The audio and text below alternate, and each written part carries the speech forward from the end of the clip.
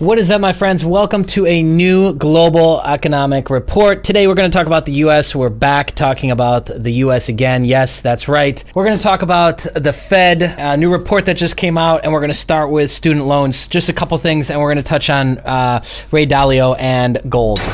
First off, let's start with student loans. There was a recent article that was published on Bloomberg that got a decent amount of traction. That what I'm showing you here on Fred. I wanted to show you this versus a screenshot. So again, you can see that this, of course, is the actual data, and you can play around with the data set and how it's actually shown and some of the actual units of measure. So if we were to go with percent change, shows us a different. I like billions of dollars because it just really paints the picture quite clearly. Since 2007, this starts at, can we pull it back? Yeah, the beginning of 2007. We are on an upward trend. Student loans owned and securitized outstanding. Let's talk about this growing disaster, which this will be one of the pieces that really caused the economic chaos to come. Recently, education researcher Aaron Velez ran some data sets and determined that only half of the students who went to college through 1995 and 1996 had paid off their loans within 20 years. Only half. What's even more terrifying about that, default rate and interest rates and terms have completely changed, and they are now harder.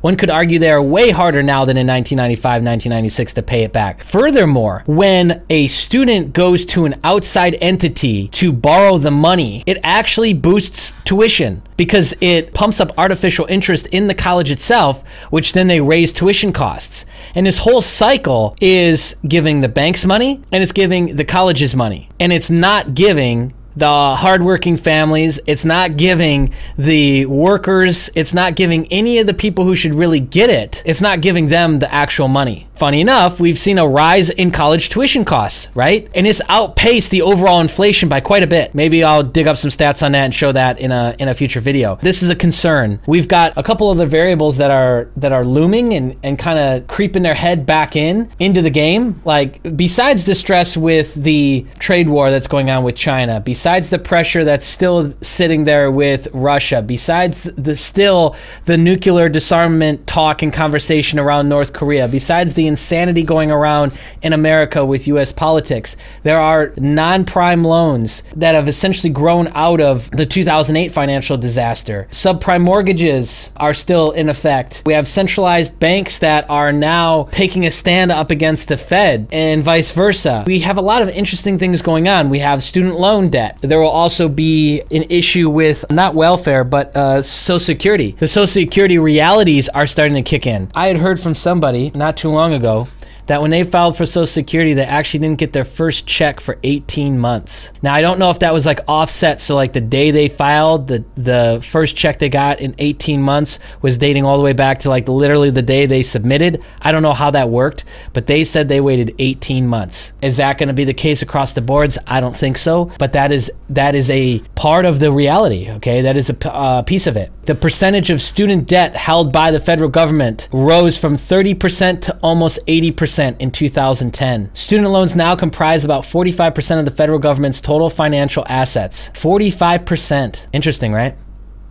Okay, let's move on. Next piece, Ray Dalio is unaffected, unshaken with what's going on with gold, it being somewhat down and at break-even points of what true mining costs are. He's still super confident. So Dalio's Bridgewater Associates maintain its holdings in SPDR Gold shares, the largest bullion-backed ETF, at 3.9 million shares, and its stake in iShare Gold Trust, the second largest, at 11.3 million shares in the third quarter. What's interesting to me is why they're even doing shares and ETFs at all instead of owning physical gold and just having somebody be the custodian for it. He's got a big fund. Like that's kind of my point. Like his hedge fund is quite big in the billions of dollars. So it's interesting that he's still using ETFs because ETFs isn't actual gold. It's just the promise of gold in the future. All right, so let's talk about this chart you see on the screen here. We see a tightening of lending conditions occurring because of an inverted yield curve. Okay, we've got a flat US dollar. We've got trade wars happening, and so we're going to get some tightening happening on the lending side in Q3. What they just released was the Federal Reserve's Senior Loan Officer Opinion Survey, SLOOS, whatever the that means, and it essentially talks about US dollar strength and what that means for lending. They saw happen in the third quarter of 2018 is that FICO scores of 620, they were less likely to approve. So one area affected by this was credit cards and loan applications. Banks were less likely to approve loans for borrowers with FICO scores of 620. They were more likely than in quarter one to approve such consumer loans for borrowers with FICO scores of 720. Here's some quotes from the banks themselves. Listen to some of this. Those banks that indicated they would tighten their lending policies because of an inversion of the yield curve were asked to provide reasons for their response. Major shares of banks indicated that their bank would interpret this scenario as signaling a less favorable or more uncertain economic outlook and as likely being followed by a deterioration in the quality of their existing loan portfolio.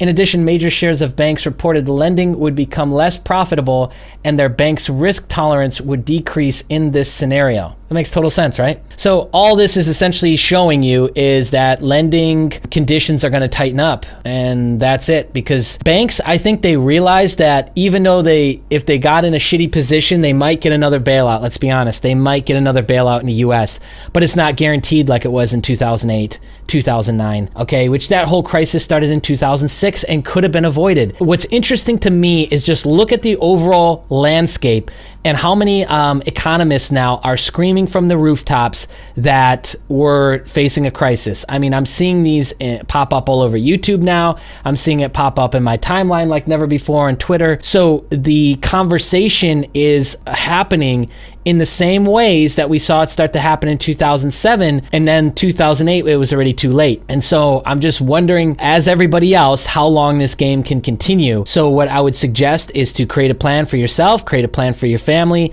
That way it's like having a gun under the pillow and you feel safe and secure at night. Regardless if this goes up or this goes down, you've got a plan and you've got some backup and you've got some things in place that will help hopefully deter any situation that comes up. But as we get more and more news like this breaking and available, it shows that we're continuing in this direction that is troublesome. And I'm just wondering when the Fed is going to wake up and start to make a change. And I'm sure a lot of other people are wondering that as well.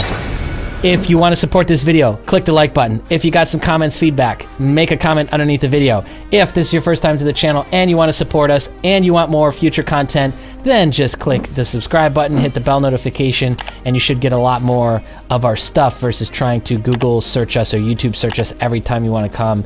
And remember to check us out. That's the easiest way to stay in the know, my friends. Be on the lookout, more videos dropping soon on the channel. See ya.